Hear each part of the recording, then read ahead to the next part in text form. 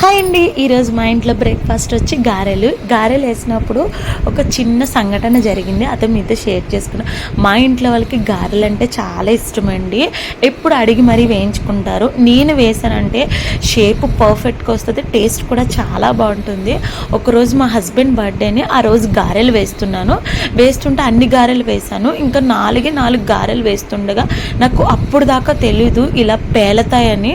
First time అనమాట. ఒక గారి పేలి పైన ఫ్లోర్కి తగిలి కింద పడ్డది. అది పేలడం వల్ల ఆయిల్ వచ్చి మొత్తం నా 2 చేతుల మీద పడిపోయింది. అదృష్టం ఏంటంటే ఫేస్ మీద పడలేదు, నెక్ మీద 2 చేతుల మీద పడింది. ఆ పెయిన్ వచ్చి నాకు 15 డేస్ వరకు తగ్గలేదు. అంత బాధపడ్డాను. అప్పటి నుంచి మళ్ళీ ఇప్పటికొచ్చి గారెలు కానీ బజ్జీలు కానీ మా ఇంట్లో ఎప్పుడు వేయలేదండి. ఈరోజు ఎందుకో తినాలనిపించి వేశాను, కానీ చాలా బాగా వచ్చింది. టేస్ట్ కూడా చాలా బాగుంది. వీడియో కానీ నచ్చితే లైక్ చేయండి.